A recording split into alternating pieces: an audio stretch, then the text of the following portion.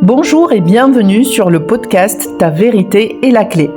Ce podcast a été créé pour les femmes entrepreneurs et avec la voix de femmes entrepreneurs. C'est un espace de vérité, la vérité de chacune. Cet espace a été créé pour libérer la parole et partager les expériences d'entrepreneurs ayant des parcours atypiques, inconventionnels et hors cadre. Chaque semaine, nous parlons des différentes sphères de la vie d'une femme entrepreneur, depuis sa vie quotidienne à sa carrière, en passant par son parcours spirituel et sa vision du monde. Nous parlerons également de notre vision de l'entrepreneuriat en ligne, de marketing, de communication, d'accompagnement, de service client, mais aussi de finances, de développement personnel et de manifestation. Je m'appelle Dalila et je suis votre hôte. N'oubliez pas de vous abonner et d'activer la cloche pour recevoir les notifications à chaque nouvelle sortie d'épisode. Alors bonjour et bienvenue. Aujourd'hui, j'ai le plaisir d'interviewer Monia Vincent. Monia, elle est entrepreneure, elle a 2 activités à son actif. Elle est coach et coach spécialisée en bio-coaching. Monia, bonjour. Hello Dalila, bonjour. Très heureuse d'être là avec toi, de partager ce moment. Eh bien, pareil. Alors, Monia, est-ce que tu veux bien nous présenter un petit peu déjà ton activité, ce que tu fais dans la vie à travers ces 2 activités dont je viens de parler, et puis on va démarrer dans le vif du sujet tout de suite après. Yes. Alors donc moi je suis coach, donc moi j'aide les entrepreneurs, les dirigeants, les chefs d'entreprise à développer leurs projets professionnels bien dans leur corps et bien dans leur tête. Alors bien dans leur corps parce que je suis coach sportive, donc ça c'est mon métier depuis plus de 25 ans.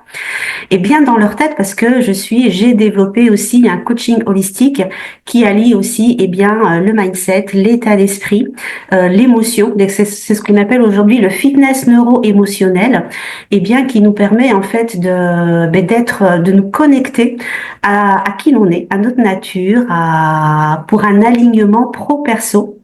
Et ça permet en fait de développer nos activités avec plus d'énergie, plus de clarté et plus de résultats aussi. Voilà.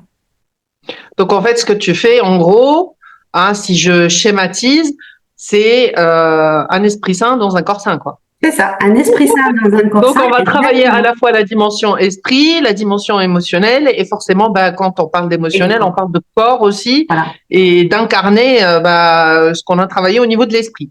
Exactement. Donc moi, si tu veux, en fait, je suis une experte de l'humain, on va dire, de connaissance de soi. Ma porte d'entrée dans ce cheminement dans cette exploration, on va dire, a été le corps physique. Et puis, une fois que je suis rentrée là-dedans, je me suis rendu compte de toutes les interactions avec le corps émotionnel, avec le mental, nos pensées, nos émotions, et que tout cela crée une énergie, donc une signature énergétique, une vibration qui interagit dans notre réalité et dans notre environnement. Donc, quand j'ai commencé à comprendre ça, c'était hyper puissant et une vraie révélation pour moi, parce que ça nous permet vraiment de reprendre le lead, de reprendre notre leadership sur ce que l'on peut créer et réaliser, pour nous, dans nos entreprises et dans notre vie personnelle, en fait. Ah là, clairement, tu prêches une convaincue, ça c'est clair. Et c'est vrai que plus on se plonge dedans, plus on a l'impression de rien savoir finalement, et qu'il y a toujours d'autres choses à aller chercher et à aller approfondir. C'est hyper vaste, mais quand on arrive au niveau de la vibration, là on se rend compte à quel point c'est non seulement magique, mais d'un point de vue pas magique voilà, c'est de la magie concrète, quoi. C'est comme tu dis, ça reconnecte à son pouvoir. J'ai une action dessus. C'est incarné, en fait. C'est le côté incarné que moi j'aime dans cette approche, en fait. Alors, moi j'ai appelé ma méthode, donc du coup j'en ai fait une méthode qui est une méthode holistique que j'ai appelée le bio-coaching. Alors le bio-coaching, c'est-à-dire qui est connecté au vivant, parce que j'aime bien cette notion d'incarnation, puisqu'on est dans la matière et qu'en fait nous ce qu'on veut c'est vivre des vies, en fait. C'est pas rester dans quelque chose d'un peu éthérique. Enfin, il y en a qui aiment, c'est ok, mais moi c'est vraiment que ça transforme nos vies. Ça transforme nos activités professionnelles, nos relations de couple, notre vie privée. C'est ça l'intérêt pour moi, il est là en fait. C'est qu'il y a un impact dans notre réalité. Ah oui, mais je comprends tout à fait ce que tu veux dire. Après, bon, toi, tu dis, il y en a qui aiment ça et c'est OK. Après, voilà, rester. Je ne suis pas sûre, hein, je ne suis pas sûre que ce soit trop le but sur Terre de venir juste pour se connecter à plus grand et rester là-haut.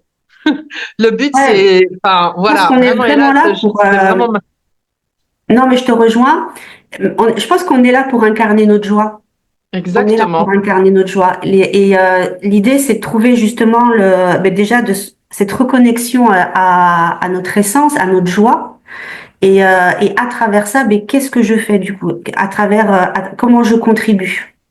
exactement. Qu'est-ce que je vais faire de ce que j'ai? Mais d'abord, il faut le retrouver. Et ça, D'abord, il faut le voilà, retrouver. c'est tout C'est un tout le chemin cheminement aussi de retrouver ce que j'ai, cette joie en ah, moi que je cherchais à l'extérieur, que je la retrouve à à l'intérieur, et l'intérieur. Ouais, finalement de pouvoir la partager pour voilà. pouvoir créer quelque chose.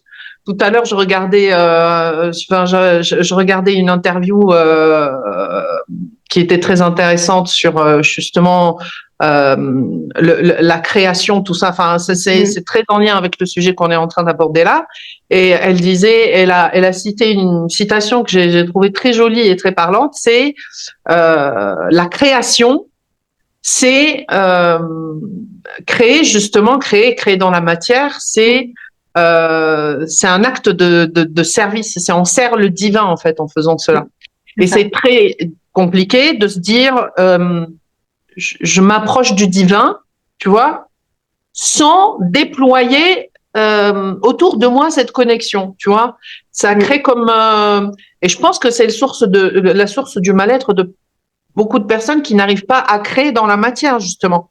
C'est de se sentir bloqué dans cette phase-là où je me sens connecté, je sens ce plus grand en moi, je C'est sens ces ça. Ce différentes potentiel dimensions qui est là. et je Et qu'est-ce que n'arrive j'en pas fais? à les déployer dans la matière. Oui, et c'est pour ça que bon, ce sont des notions, on va dire, assez modernes, même si c'est quand même un petit peu, ça fait 50 ans, voire même plus de 100 ans qu'on développe ces notions-là, mais beaucoup plus aujourd'hui, on va dire qu'on a un éveil de conscience collective qui est là. Et donc, il y a beaucoup de choses et on est un petit peu des apprentis sorciers dans tout ce cheminement. Et il y a beaucoup de croyances et de confusion, en fait, dans toutes ces notions et de développement personnel et de spiritualité.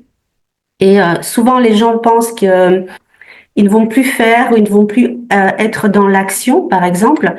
Mais en fait, c'est pas ça. La spiritualité, c'est pas le travail sur soi. Ça veut pas dire ne plus rien faire ou ne plus être dans l'action ou penser que les choses vont arriver quand les planètes seront alignées ou quand voilà. Parce que j'ai vu On va attirer à soi c'est juste ça. par la pensée. Voilà. Bon, même si des fois ça marche, hein, des fois ça marche. Ça dépend pourquoi. Des fois, ça marche, mais c'est Ça dépend pourquoi. je pense qu'il y a un vrai engagement dans ce chemin, mais de toute façon, quand on prend ce chemin, et c'est pour ça que j'aime bien aussi accompagner les entrepreneurs, parce que l'entrepreneuriat n'est pas là par hasard, c'est à travers aussi ce chemin de l'entrepreneuriat qu'on vient se connecter, en fait, c'est un prétexte pour venir se connecter à notre soi, en fait, à qui l'on Ouais. est. Qu'est-ce que je viens faire? Comment je viens le créer? Quelle est ma zone de génie? Quels sont mes atouts?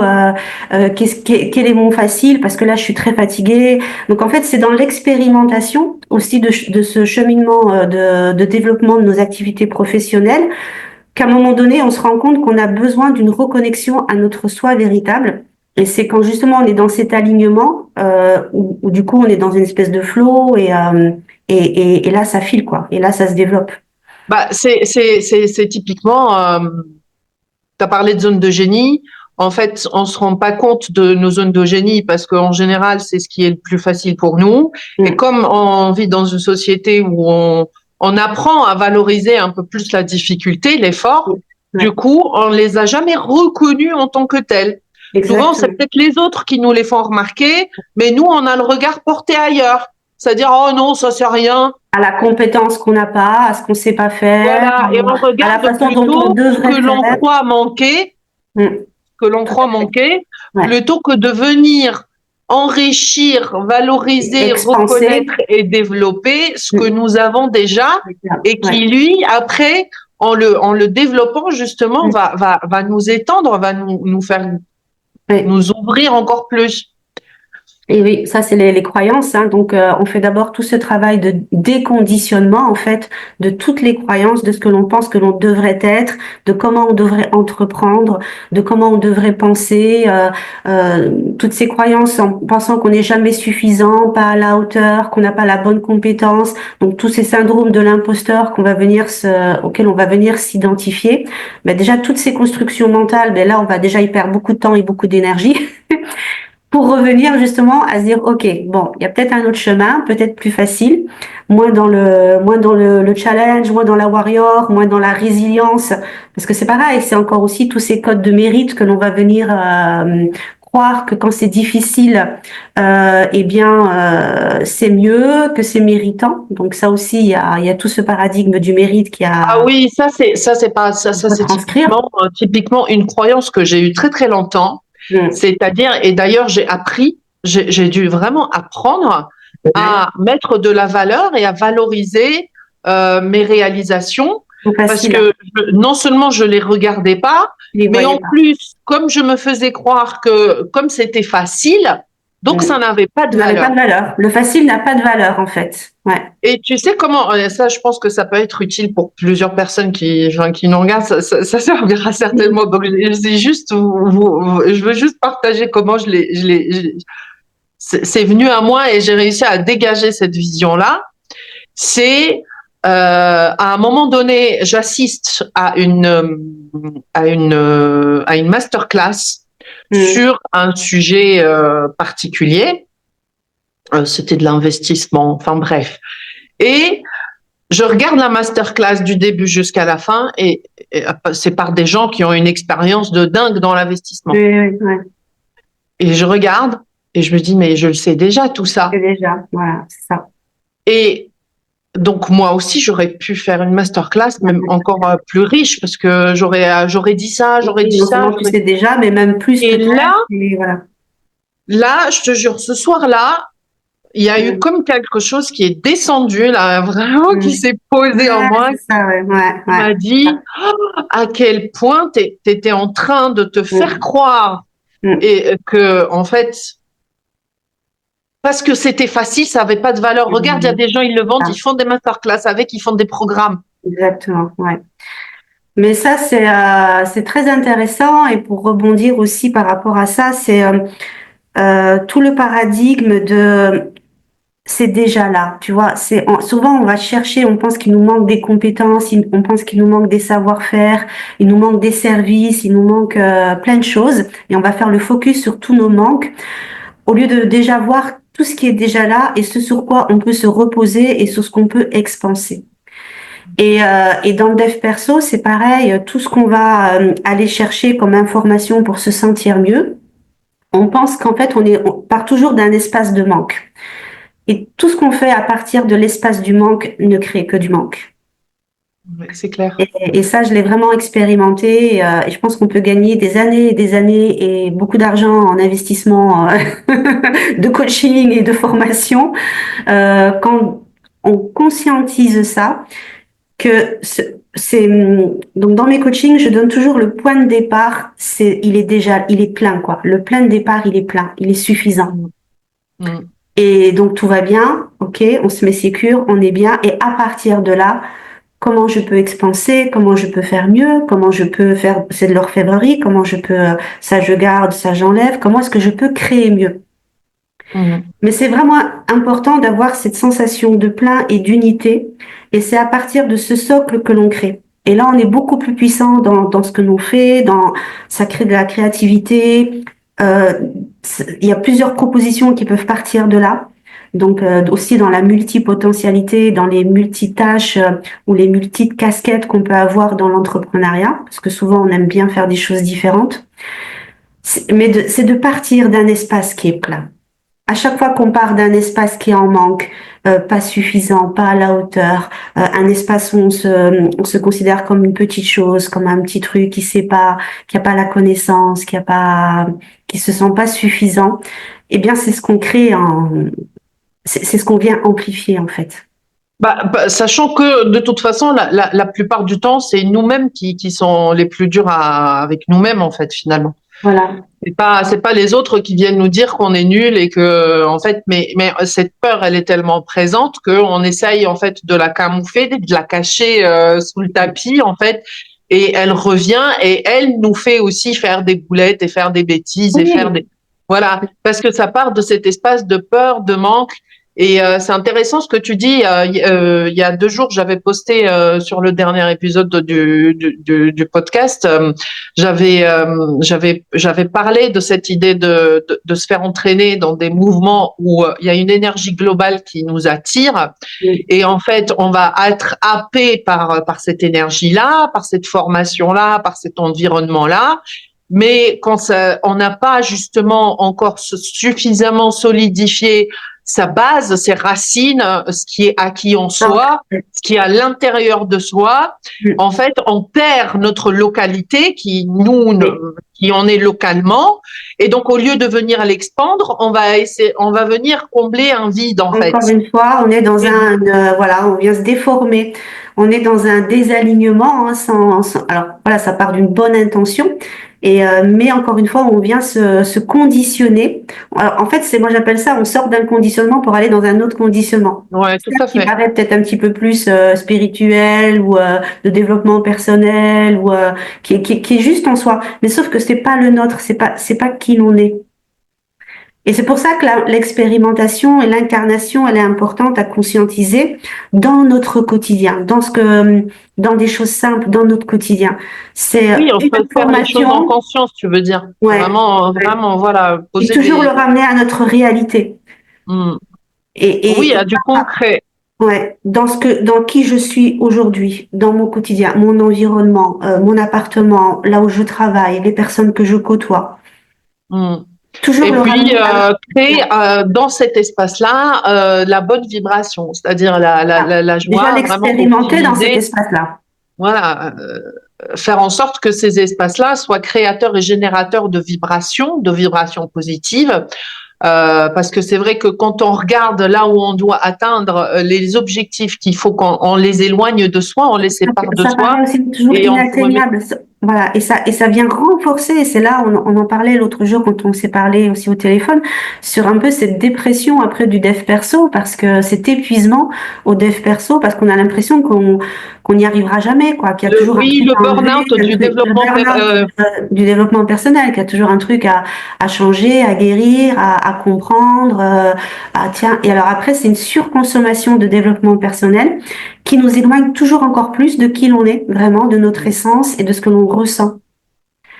Et l'expérimentation consciente dans notre quotidien, pour aussi enlever les séparations entre, là je suis dans un état de pratique, de bien-être, parce que je fais une séance de yoga, parce que je fais une séance de breathwork, parce que je fais une séance de régulation de mon système nerveux. Ça, c'est des outils qui sont très bien.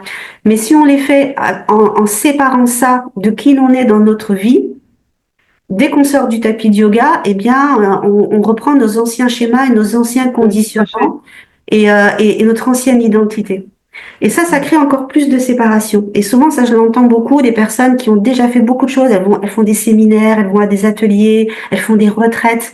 Mais elles créent toujours cette séparation entre les retraites, les formations, oui, c'était comme une parenthèse dans sa vie, en fait, où c'est un moment où je prends soin de moi. Parce que l'autre, là où je bosse, je prends pas soin de moi, tu vois. Voilà. Et c'est comme si c'était segmenté. Mais ça, c'est parce que notre société fonctionne comme ça.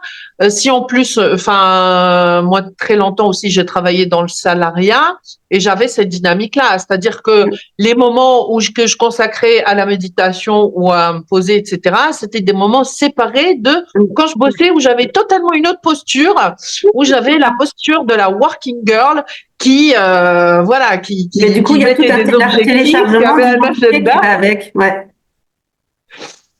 et ça c'est désagréable parce que ça crée on en revient toujours à cette notion de séparation, donc ça vient pas créer de l'alignement, ça nous donne l'impression du coup qu'on est multitâche, multi-activité, et ça vient créer tout le temps des séparations, et même avec le corps. Donc moi qui ai cette approche-là, en fait séparer corps physique, corps mental, corps émotionnel, conscience, c'est un peu has-been même ça, parce que tout est lié. Tout est lié, et la connaissance, en fait, on la comprend pas dans le mental, mais on l'intègre automatiquement dans nos cellules. Elle vient s'inscrire dans nos cellules. Notre connaissance, elle est dans notre cellule et dans notre cœur. Et c'est ça, c'est de revenir à une compréhension globale de la connaissance de soi, et comment après dans mon environnement, je vais le mettre dans tous les espaces de mon environnement. C'est ressentir cette unité de conscience de qui je suis et de qui j'ai envie d'être, donc ça part par la connaissance de soi, et après je vais le mettre dans tous mes espaces de vie, en fait. Ah, mais ça, j'en suis convaincue. D'ailleurs, moi, je pense que le travail sous-jacent à tout, quand on se lance en tant qu'entrepreneur, c'est vraiment mettre le focus et s'axer sur la connaissance de soi. C'est pas un petit morceau, c'est un énorme morceau qui continue encore très très long, mais on a tout intérêt à garder. Moi, c'est ce que j'ai fait là. J'ai lancé mon activité depuis 2023 et oui, c'est ça. Ça fait quasiment 2 ans maintenant, et l'essentiel de mon travail a été un travail pour aller me reconnecter encore plus et me reconnaître encore plus. Et ça, c'était pas du tout évident, et je m'en suis rendu compte parce qu'en arrivant, j'avais plein de projets, plein de choses que je voulais mettre en place, mais c'est mon corps qui m'a dit non, tous les freins, quoi. Tu vas pas reproduire les mêmes schémas, no way, parce que j'avais quelque chose qui était né en moi en parallèle, qui était l'envie de pouvoir combiner vie professionnelle, vie personnelle, dans une forme d'harmonie où ma famille serait présente, où je pourrais travailler depuis chez moi.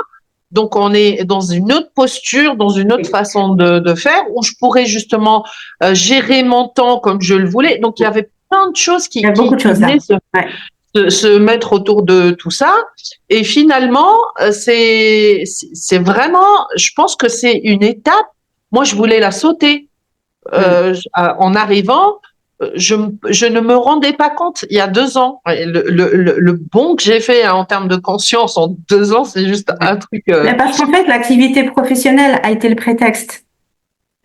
Oui, tout à fait. Et c'est pour ça que je prends du recul par rapport à quand tu dézoomes un petit peu et que tu deviens un petit peu observatrice. C'est qu'en fait, tu avais un vrai désir de reconnexion à toi, en fait. Et ce que tu as fait, c'est que tu as nourri tes valeurs hautes. Et tes valeurs hautes, il y a l'activité professionnelle, mais il y a aussi la famille, il y a le temps, il y a m'occuper de mes proches. Ça vient nourrir aussi tes valeurs intrinsèques hautes. C'est ce qui fait ta raison d'être et ton alignement aujourd'hui. Et je pense que la valeur argent, elle vient un petit peu en dernier, tu vois. Voilà. Ouais, mais je me faisais croire que j'avais besoin de créer. Et c'est ça, en fait, qui a créé aussi à un moment donné une forme de séparation où je ressentais l'anomalie. C'est que il y avait un côté de moi qui voulait courir à créer des choses. Oui, mince, je vends pas, mince. Voilà, je dois faire des programmes, je dois faire. Voilà, comme je voudrais, j'atteins pas les objectifs que je veux, et je me sentais ralentie par un autre côté de moi que je croyais qui était en train de me saboter. Mais en fait, c'était tout à fait le contraire. C'était cette part salvatrice de moi qui me disait. Exactement. Non, c'est pas le chemin. Qui préservait en fait tes valeurs, qui préserve ta valeur. Ouais. C'est pour ça que c'est important d'être au clair avec nos valeurs, parce que sinon on va se faire croire que on va juger un pseudo échec ou un pseudo ralentissement dans une activité professionnelle, ou des choses qui se développent pas comme on pense qu'elles devraient se développer. Mais en fait, non, c'est tout simplement quand on prend du recul que ça vient nourrir d'autres valeurs. Et quand on regarde, qu'est-ce que ça vient nourrir comme valeur et en quoi c'est important pour moi, et du coup, même juste de le conscientiser, les situations aussi, elles se débloquent en fait. D'ailleurs, ça me fait penser à quelque chose qu'on dit beaucoup, qu'on utilise pas mal aussi en coaching, c'est quand on est bloqué dans une situation et qu'on la fait pas avancer, on va inviter le coaché à aller chercher le bénéfice qui est caché derrière. Et en fait, souvent, c'est pas quelque chose, c'est pas une envie de s'auto-saboter, c'est une envie de préserver quelque chose qui est encore plus important. L'idée, c'est de la remettre, de remettre de la reconnaissance dessus pour pouvoir trouver une autre façon d'appréhender les choses qui lui permettent de respecter ces valeurs qu'il est en train de protéger. Donc souvent, on est un peu dur aussi à se mettre aussi, à se dire, ah ouais, je m'auto-sabote, et du coup, à se remettre du poids sur les épaules et à s'auto-flageller, alors que finalement, faut faire confiance à cette partie de nous qui sait exactement ce qu'elle veut, qui a des valeurs hautes, qu'elle veut préserver pour nous, et qui fait que elle nous oriente un peu malgré nous vers ce chemin, parce que comme tu l'as dit, il y a le cœur, et le cœur, lui, il y a rien de plus fort, et si le cœur, il parle, c'est le cœur. Il sait où il t'emmène en fait. Et donc des fois il te redirige malgré toi pour. Et après c'est traduire tout ça avec la bonne histoire pour nous. Parce que du coup c'est aussi switcher les croyances, parce que derrière ça il y a aussi la croyance que si mon business fonctionne et si je gagne de l'argent, je me fais croire que je vais avoir moins de temps pour moi ou moins de temps pour ma famille. Et ça, c'est une croyance aussi qui vient du coup un peu figer, l'activité. Et du coup, c'est parce que c'est justement parce que on croit qu'il faut que ce soit fait de cette manière-là. Voilà, c'est la croyance, c'est ça. Et là, du coup, ce qui est intéressant, c'est de dire, ok, mais moi, en valeur haute, j'ai et la famille et du temps pour moi et mon business. Et se dire, ok, quel écosystème je vais pouvoir mettre en place qui va nourrir en fait ces trois valeurs de manière ok pour moi. Et quel mode de fonctionnement? Donc, est-ce que je fais du coup des coachings haut de gamme, du coup qui chiffrent et je prends 3 clients par mois et ça me suffit? Ou bien est-ce que je fais du groupe parce que le groupe ça chiffre et puis ça me prend moins de temps et du coup ça me dégage du temps pour ma famille et pour moi. En fait, après c'est en fonction de ces valeurs, qu'est-ce qu'on va nourrir et comment elles peuvent s'auto-nourrir et nous servir. Et pas venir nous restreindre en fait ou nous limiter dans notre expansion, dans vraiment ce qu'on a envie quand même de mettre en place pour pas s'épuiser. Donc donc vraiment cet espace-là de prendre conscience de tous ces espaces-là en soi, de toutes ces valeurs qu'on cherche à nourrir, de tous ces importants et de la façon dont on a envie de se faire vivre le business. Encore une fois, j'en parlais hier, avant-hier aussi sur le dernier podcast, c'est on va pas aller se mettre dans des formations parce qu'on croit que la stratégie c'est le seul chemin ou cette stratégie est le seul chemin, se mettre dans une formation, se forcer, alors qu'à l'intérieur de soi, on sait que on a envie que ce soit plus, on va dire, spontané, plus fluide, que ça bouge plus, quoi, et qu'on n'est pas du genre à réfléchir 3 ans avant de passer à l'action. Enfin, d'établir un plan. On est plutôt quelqu'un qui fonce, en fait, qui écoute son cœur et qui est dans l'instantané, tu vois. Il faut voir après qu'est-ce qui nous anime et qu'est-ce qu'on aime.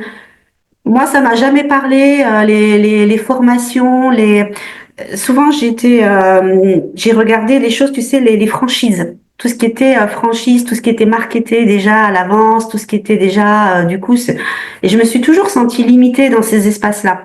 Et donc oui, parce que en fait, moi j'aime créer mes propres règles en fait, j'aime faire à ma façon en fait, et j'aime créer un concept. Donc maintenant que je sais que c'est ça.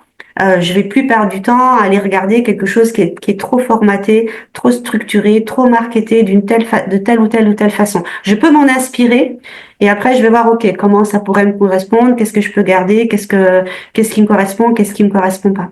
Et en prenant compte surtout déjà de qu'est-ce qui a déjà marché en fait. Qu'est-ce qui marche pour moi. Oui, capitaliser sur ce qui existe déjà, quoi. Mais bon, ça pour le voir vraiment, pour le voir des fois, on a besoin d'avoir des regards extérieurs. Et c'est là où être accompagné, justement, et primordial. Moi, je m'en suis pas privée pendant ces dernières années, bien au contraire. Je suis toujours allée chercher des espaces où je pouvais faire ressortir ce potentiel en moi, le voir, en fait. Mais complètement. On ne voit pas ce qu'on ne voit pas. On ne sait pas ce qu'on ne sait pas. Donc voilà, sinon ça serait, on le saurait, sinon et on le ferait et on le verrait. Donc comme on ne voit pas ce qu'on ne voit pas, c'est l'autre le voit pour nous en fait. Et même si on a beaucoup d'outils, excuse-moi, même si on a beaucoup d'outils, soit pour coacher les autres, parce qu'on peut avoir ce mode d'observateur justement et de discernement pour les autres, mais soit pour soi, c'est parfois c'est plus compliqué parce qu'il y a de l'émotionnel, il y a de la confusion. Alors heureusement qu'on pratique nos outils, bien entendu, mais ouais, le coaching, ça permet de gagner du temps. Ça permet de gagner du temps. Oui, c'est clair, c'est clair. Ça permet de faire des sauts. Des sauts quantiques. Aujourd'hui, là, le quantique, on en parle beaucoup. Et effectivement, ça permet de faire des sauts quantiques. Pourquoi? Parce que ça permet des prises de conscience qu'on n'aurait peut-être pas eu aussi rapidement si on avait fait un chemin d'expérimentation pour aller le trouver. Des fois, avec la conscience, c'est instantané. La conscience, c'est instantané et on n'a pas le temps et la lourdeur de la matière. Parce que sinon, on apprend avec l'expérimentation. Ça marche bien aussi. Mais c'est plus long. C'est plus long, c'est plus lourd, c'est beaucoup plus fatigant. Tandis que là, quand on est dans notre salon tranquille et qu'on conscientise et qu'on visualise et qu'on écrit et qu'on met tout ça en forme dans on est créateur à ce moment-là, on est totalement créateur, oui, tout à fait. On est totalement créateur et ça va beaucoup plus vite. Et j'aimerais du coup revenir sur, parce que c'est intéressant ce qu'on était en train de dire par rapport au fait que, en fait, c'est le fait de se sentir des fois un peu, parce que il y a ce côté-là et il y a ce côté aussi spécifiquement pour les multipotentiels et peut-être les hauts potentiels, c'est encore c'est davantage plus complexe parce que par exemple, je vais parler de moi puisque voilà. Je l'ai vécu aussi comme étant à la fois quelque chose de salvateur quand j'ai appris que j'étais au potentiel, tu vois, au début, donc il y a maintenant 2 ans, et en même temps comme quelque chose qui me rendait folle. C'est-à-dire qu'en même temps, j'avais compris pourquoi j'avais autant eu du mal dans certains environnements à me faire comprendre, à mettre en place ce que je voulais. Parce que je sais que je pouvais déranger avec mon trop d'idées, mais trop envie de faire des choses. Voilà, mais mon grand enthousiasme où je voulais mettre en place plein de choses, etc. C'était pas forcément. Donc, dans le milieu du corporate, c'est compliqué parce que on sait pas comment gérer ce type de profil. On sait pas. En général, on aime bien laisser les gens dans leur case, dans leur fonction, et des profils comme ça où on peut les mettre partout. D'ailleurs, j'ai changé, je sais pas combien de postes dans cette boîte-là. J'ai fait plusieurs directions, plusieurs niveaux hiérarchiques, Mais à un moment donné, j'ai fait le tour. Je me sentais comme un hamster, quoi. J'arrivais plus à. Et du coup, quand j'ai appris que j'étais HPE, bon, bref. Multipotentiel ou tout le tralala. Au même temps, ça m'a soulagée. Et après, qu'est-ce que je fais de ça? Et après, ok, maintenant je sais que je peux tout faire. Qu'est-ce que je vais créer? Qu'est-ce qu'on fait? Qu'est-ce qu'on choisit? Qu'est-ce qu'on fait? Ça devient à la fois un terrain de jeu très vaste où tu sais pas quoi faire de tout cet espace-là. Et c'est là où je me faisais croire aussi, je me racontais que je suis dispersée, que j'arrive pas à créer des choses, à me concentrer, alors c'est pas vrai. Ça nous fait croire en fait que justement on est dispersé, qu'on sait pas ce qu'on veut. On peut se faire croire qu'on est désaligné du coup. Ah ouais, mais un coup j'ai envie de faire ça et puis j'ai envie de faire ça. Donc ça nous crée ce prisme-là nous crée encore plus une sensation de séparation. Et c'est là où du coup on perd de l'énergie et on perd de la confiance en soi et de l'unité. Et c'est vraiment important là du coup de revenir à une unité personnelle et de se dire non, au contraire, cette multipotentialité et donc mes multi tâches, mes multi entreprises, ma vision, mes multi envies, donc qui rejoint l'illimité en fait. Eh bien c'est de le ressentir comme en unité en fait. C'est de ressentir que c'est des formes différentes, comme des facettes d'un même diamant en fait. C'est des formes différentes de mon unité. C'est vraiment l'expression diverse, variée, illimitée de mon unité. Ouais, J'aime exactement. bien le mot métamorphe. Métamorphe. Parce que quelque part, oui, c'est des formes différentes d'une même expression qui Même émane de moi. expression, d'une unité. Ouais. Et c'est de revenir toujours à cette unité. Et l'unité, ben, c'est le soi, c'est qui je suis, puisque ça part de Dalila, ça part d'une personne, ça part d'un soi. Ouais. Après, ça peut Et ça, prendre du coup, c'est le toutes truc les que tu m'as. expressions.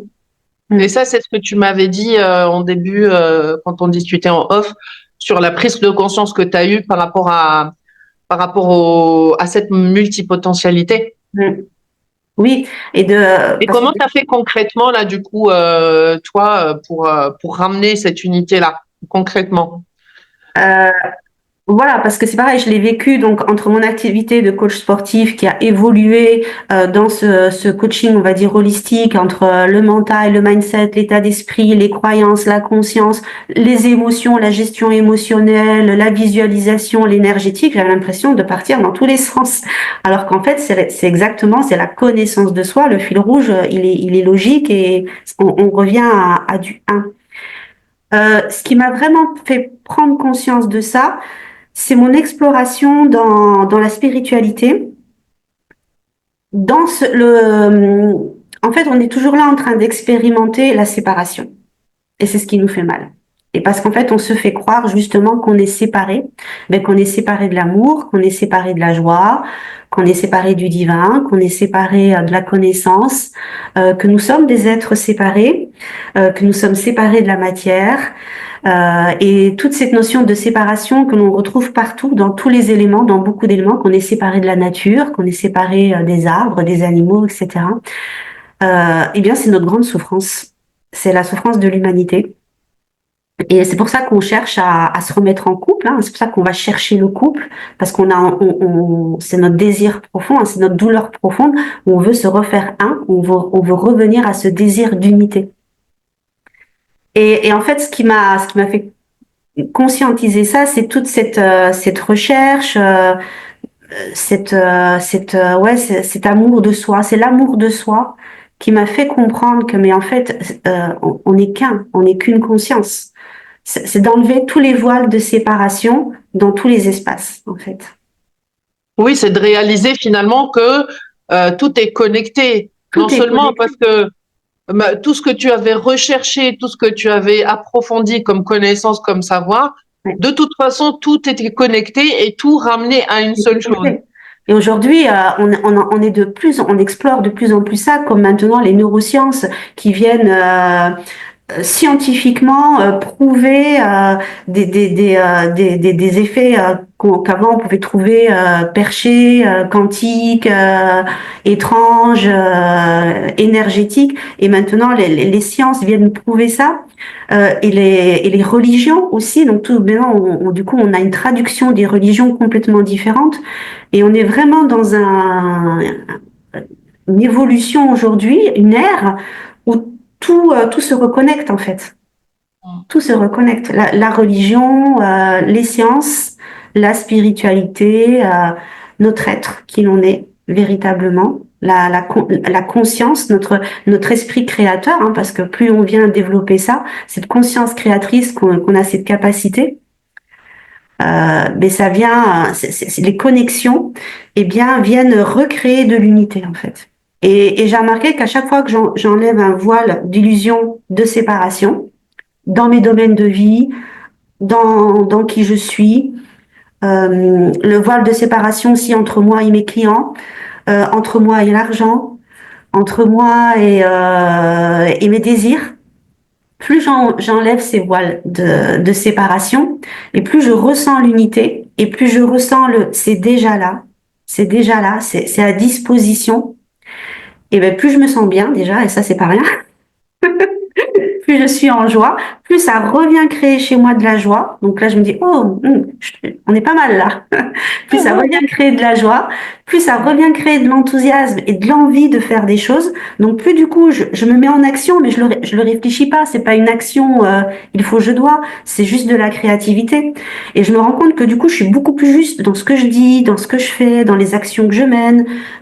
Et là, c'est là où la magie de la vie opère. Mais c'est pas magique, c'est juste que c'est la connexion qui fait que ça fonctionne. eh bien les clients arrivent.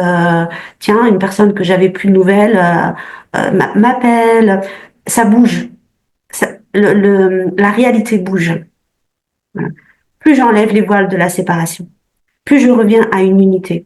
Et plus je reconnais, et c'est vraiment une joie de reconnaître qu'à travers cette unité, que la diversité, en fait, c'est la traduction de mon unité. Alors, ça paraît un peu comme ça paradoxal, mais Oui, c'est très profond et je le ressens là, ce que tu viens de dire, c'est vrai. Je te laisse finir là-dessus, mais je dirai ce que j'en pense après, vas-y. non, voilà, c'est vraiment ce que j'ai conscientisé, on va dire, mais très sincèrement récemment. Très sincèrement récemment, alors que ça fait tout un cheminement je veux dire toute une vie, hein, dans la conscience de soi, le développement personnel et l'humain et la conscience, mais de me connecter à cet espace qui est déjà là, qui est plein, qui est déjà accompli, d'unité, me met vraiment en joie et me permet à partir de cet espace de créer. Et là, je me dis, ok, maintenant à partir de cet espace-là, voyons ce que ça donne. Comment est la vie là-dedans? Et là, de faire, et là, de créer, de mettre en place et d'exprimer du coup sa joie à travers nos expériences. Bah, c'est un pas après l'autre. C'est un pas après l'autre. Moi, j'aime bien Mélanie Layer, elle dit toujours avoir un pas dans le désir, un pas dans la gratitude. Et en fait, c'est ça, c'est que ça se fait en même temps, ces deux-là. C'est-à-dire qu'au même temps que je suis dans la gratitude de tout ce qui m'entoure et de tout ce qui est déjà là et que je le ressens et que je suis connectée, et en même temps que je me laisse un peu, je me laisse créer pour mes désirs, en fait, tout comment dire, tout devient évident. Ouais. Et c'est un pas après l'autre, un pas dans la gratitude, un pas dans le désir. Et comme tu expliquais tout à l'heure, en fait, t'as même plus à réfléchir tes actions, non pas parce que voilà, c'est parce que ça devient tellement un prolongement de ce que tu ressens à l'intérieur que de toutes les façons, tu n'as pas à te poser de questions. Ouais. Et dès que tu commences justement à trop te poser de questions, c'est allez, on redirige, on n'est pas du bon espace. Ouais, et on revient dans cet espace-là où c'est une évidence, en fait. C'est une évidence. Et même quand ça fait, des fois, c'est quelque chose qui peut être un peu grisant, stressant, qui nous challenge un peu. On le ressent tellement comme une évidence qu'il n'y a même pas cette notion de difficulté d'aller, voilà. Et je pense qu'avec le développement personnel et des fois à mettre un peu trop de concepts, que ce soit sur la spiritualité, que ce soit sur le développement personnel et tout, on vient alourdir tout ça alors que c'est d'une simplicité inouïe. C'est qu'il suffit de partir du bon espace. Exactement. Que c'est une évidence et même si et au lieu de, même dans si cet espace même, on aurait même dans cet espace, on n'a même pas besoin même de travailler forcément sur cette évidence. Tu n'as même pas besoin de courage, c'est une évidence en fait. C'est un prolongement. C'est ça. Mais c'est revenir à cet espace.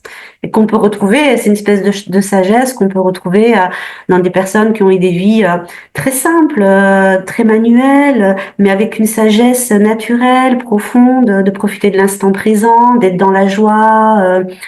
Je sais pas si tu as vu l'émission En Terre Inconnue là dernièrement avec Thomas Sisley. Ah non, j'ai pas vu. C'était génial. Alors c'était dans un village reculé, dans une vallée au Népal, mais c'est une des vallées les plus reculées du monde. En fait, ils ont mis 10 jours à partir du moment où ils sont partis à Paris. De Paris, ils ont pris l'avion. Ils ont mis 10 jours pour atteindre ce village. Donc c'est hyper reculé. C'est en altitude, donc ils ont dû faire des paliers pour s'habituer à l'altitude, etc. Et donc ils arrivent dans ce village et là les gens ils vivent. Là c'est vraiment tu surviens à tes besoins, hein. C'est la nourriture, c'est qu'est-ce qu'on mange. Donc, en fait, toute leur vie est faite de comment on va.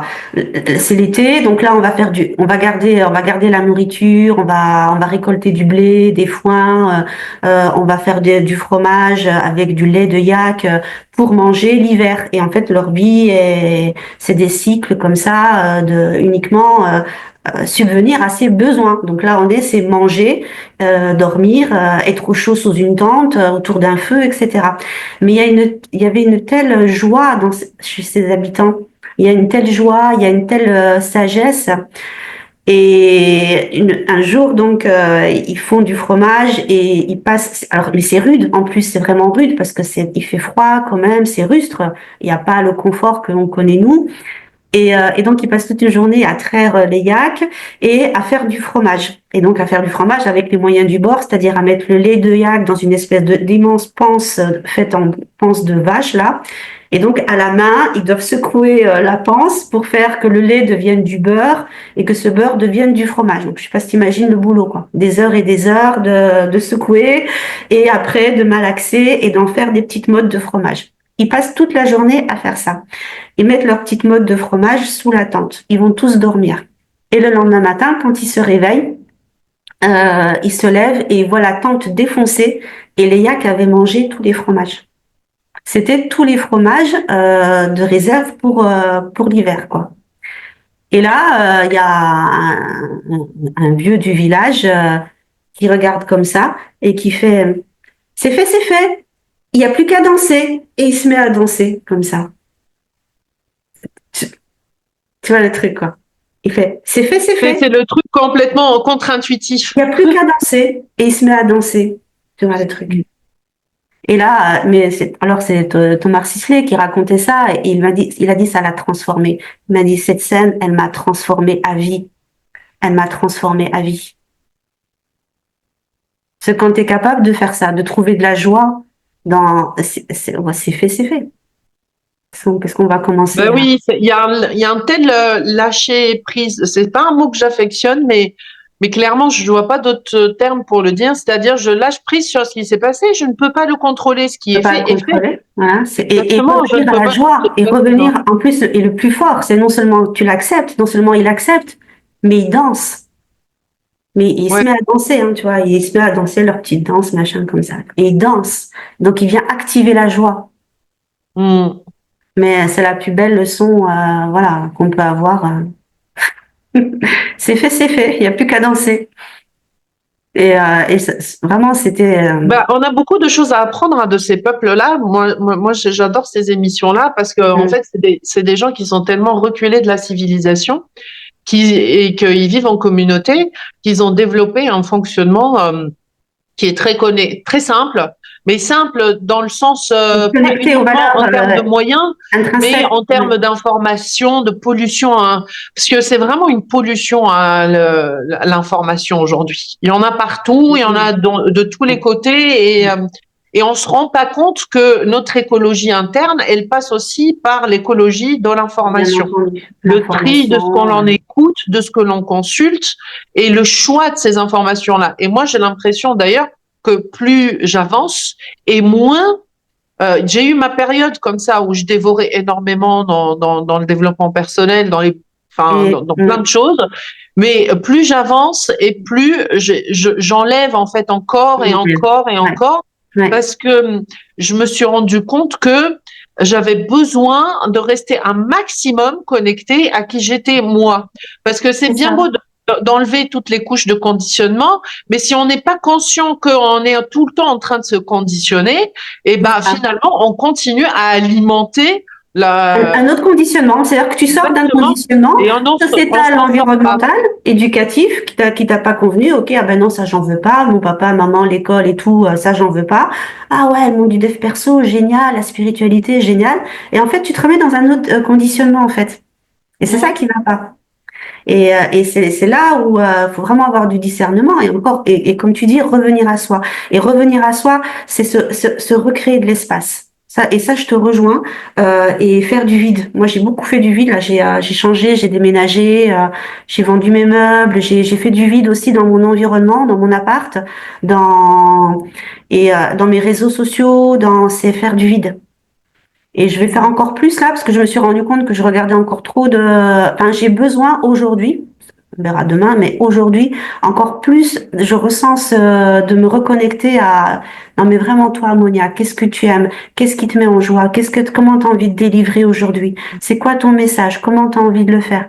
Pour pas non plus être influencée par des personnes que j'adore, mais qui peuvent aussi m'influencer dans leur façon d'être, leur façon de penser, et venir, du coup, m'éloigner de mon essence véritable. Ça, c'est important, ouais. Et d'ailleurs, ça me permet de parler de ça parce que en fait, moi, j'ai eu plein de périodes où j'ai complètement coupé et à un moment donné, je me suis dit, c'est grave. Je me coupe de mon activité professionnelle. J'ai l'impression d'être un salarié. Il y a un truc qui va pas. En fait, c'est comme si j'avais besoin de reprendre la mécanique du salarié, donc de me couper de mon activité pour pouvoir récupérer. Et c'est là où je me suis dit qu'il y avait quelque chose qui allait pas dans ma façon d'aborder mon quotidien dans l'entrepreneuriat. Parce que pour moi, puisque je voulais faire fusionner ma vie privée et mon activité professionnelle, fallait que ce soit en fait, à la limite, ça va et ça vient ensemble, en fait. C'est une danse, on gère les deux en même temps, on les gère, voilà. Et le fait de ressentir ce besoin de couper, je crois que c'est ce qui m'a surtout fait prendre conscience qu'à chaque fois que j'avais ce sentiment-là de devoir couper, de mon activité, de couper des réseaux, de couper, etc., c'était parce que j'étais allée trop loin. Il y a une surcharge, voilà, c'est ça. Exactement. Et en fait, le but, c'est justement, et là, du coup, j'ai beaucoup plus affiné cela, et je fais en sorte maintenant d'anticiper suffisamment là où je sens que c'est trop, je consomme beaucoup moins, du coup, c'est comme si je m'étais mise à la diète. Mais une diète saine, tu vois. C'est comme une détox. Voilà, une détox, des réseaux, une détox aussi de l'information. Consciente, c'est-à-dire que je consomme des choses, bien sûr, enfin, je regarde du contenu, mais je laisse des espaces entre ce que je consomme. C'est-à-dire que je me laisse la possibilité de digérer aussi les informations que j'ai pris. Je suis beaucoup plus sélective dans le choix de mes contenus. Mon niveau d'exigence, il a grimpé. Mais tu sais, c'est comme quand tu es dans un restaurant gastronomique et que tu dégustes une bonne assiette. Il te ramène vraiment, c'est une explosion de saveurs en soi. Mais il y a une petite portion qui est comme ça. Quantité. Et par contre, belle image, ça. Voilà, c'est une toute petite portion, mais à l'intérieur de ces toutes petites portions, l'explosion de saveurs, sensations dans la bouche, ce que ça vient susciter comme sensation, comme utilisation des sens, que la vue, le toucher, les papilles, tout ça, c'est voilà. Et je pense que de plus en plus, on est amené aussi à trouver une forme de raffinement. Oui. Dans le choix et c'est ça, c'est la conscience. Pour moi, c'est vraiment, c'est de la conscience. C'est trouver ce raffinement-là.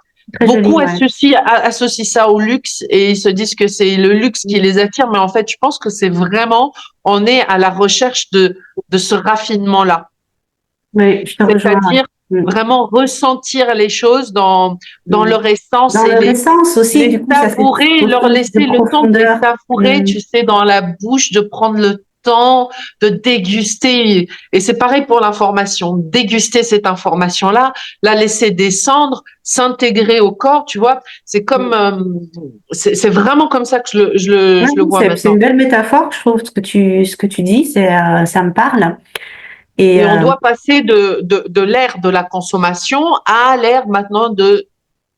Oui, puis ça rejoint ce qu'on disait sur l'incarnation, hein. Donc du coup, effectivement, on le conscientise, on l'incarne, on se l'approprie, on en déguste toutes les saveurs, toutes les subtilités, et en fait, c'est chouette. Et puis c'est se dire, ben moi, je vais mettre ça dans dans tous les domaines de ma vie.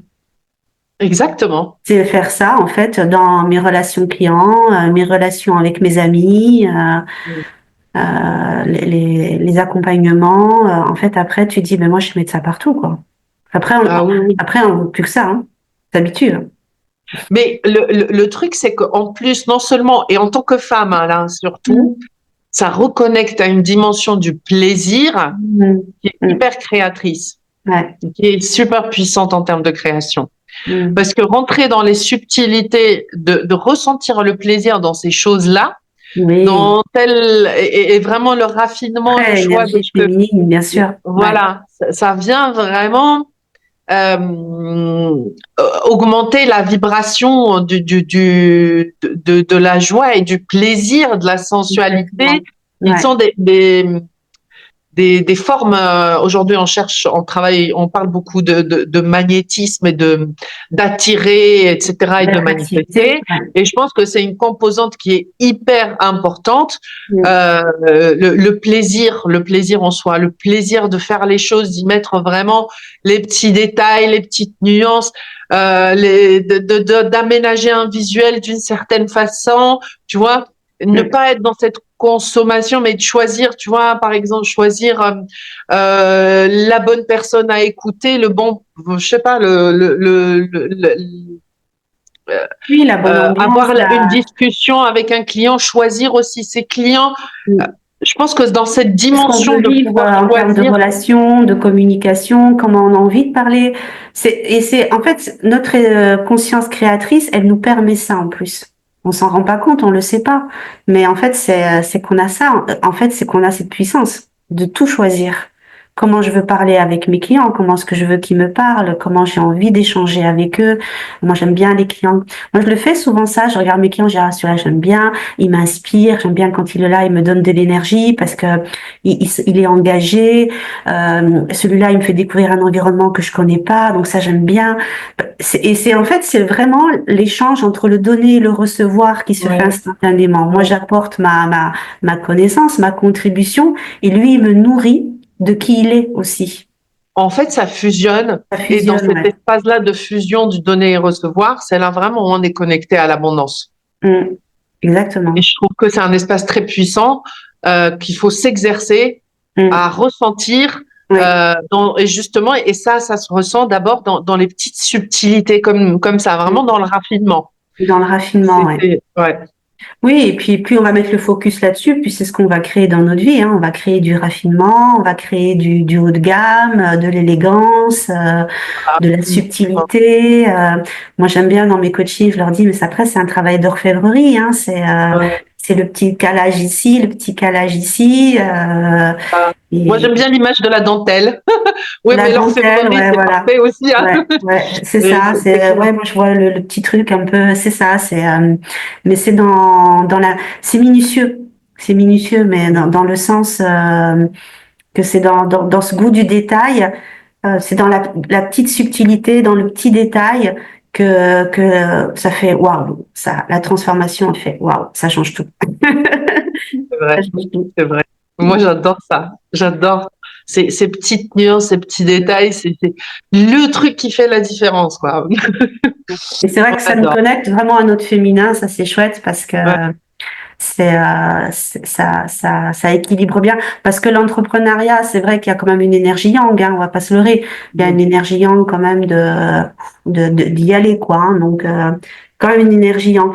Et de l'harmoniser avec cette énergie féminine, c'est très beau. C'est super important. Enfin, moi, je pense de toute façon, c'est obligé que les deux existent parce que c'est les polarités universelles. Par contre, que l'une existe au détriment de l'autre, c'est ça qui va pas. Donc, retrouver ces deux parts de soi, les identifier, les développer, les aider à s'exprimer et tout, ça permet de créer un mariage divin entre sa part justement très féminine, subtile, la part qui reçoit aussi, la part qui voit le beau, qui est un peu artistique, qui a une forme de sensibilité, et la part qui est assise, qui est indépendante, qui agit, qui est plus les choses, qui est dans l'action, la structure, oui, complètement. Voilà. C'est vraiment un mariage divin qui s'opère. C'est chouette, hein? Magnifique. Bon, je crois qu'on est arrivé à la fin de cet épisode. Je te remercie, Monia. C'était. Merci infiniment, Dalila. C'était super, très, très. On se revoit après pour décider du titre, parce qu'on a discuté de pas mal de sujets. Et ben j'espère que vous avez bien aimé cet épisode. Et puis, je vous dis à très, très bientôt. À très vite. Salut Monia. Salut.